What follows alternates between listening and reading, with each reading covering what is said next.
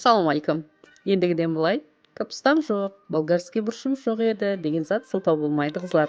Әмеміздің үйімізден табылатын пияздарын да пісіреміз. Дәмі сондай мазалы болады. Бұны неге алдыңырақ білмедім екен деп ойланып та қаласыз. Менде капуста бар еді. Капустадан да қосымша етіп дұрма пісірдім.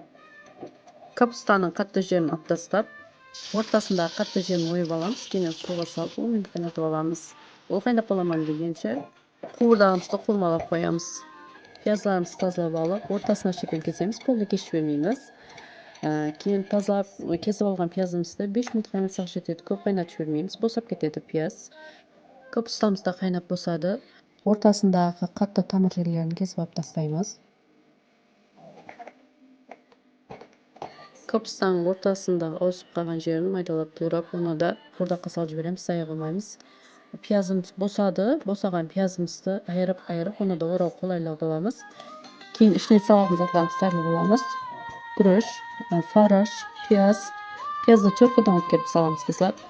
Кейін кинзу, укроп, помидор салдым. Қаласаңыз салсаңыз да болады, салмасаңыз да болады. Өзіңіздің қалауыңыз. Кейін пияздың ішіне салып, орағанымды көрсеттім. Соған қарап орасаңыз болады. Сондай майда жұмыслар болса, мен алдыма телефонда, телевизорда кино қойып аламын. Қазір турецкий сериал қойып пісірдім. Капустаға орағанымды қазанға салып, қуырдақтың үстіне салып пісірдім. Пиязға орағанымды есе духовкаға салып пісіріп алдым. Сіздер қаласаңыз қазанға салып парлап пісірсеңіз де болады. Мен духовкаға салып пісіріп қойғым келді. Бір стакан қайнаған судың үстіне бір қасық томатный паста, азғантай тұз саламыз. Сөйткеннен ораған пиязымыздың үстіне құйып жібереміз. Кейін духовкада 20-30 минутта пісіп шығады. Баста үстіне азғантай фольга қойың.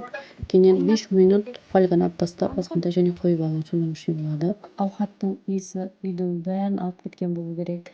Үйдегілер асқазанын ырықлаған болса керек та. Қашан піседі деп ынтызарлықпен күтіп отырды үйдегілер. Кейін дольмаларды қатықпенен татсаңыз, қатықпенен жесеңіз, мощный болады қызлар. Сіздерге бір мәрте болса да пісіріп беріп көріңіз. Расын айтайын, пияз дольма бұншалык жасауға болады деп ойлаған жоқпын. Мен де бірінші мәрте пісіріп отырмын. Маған лайк басып, қолдап қуатлап кетуді ұмытпаң.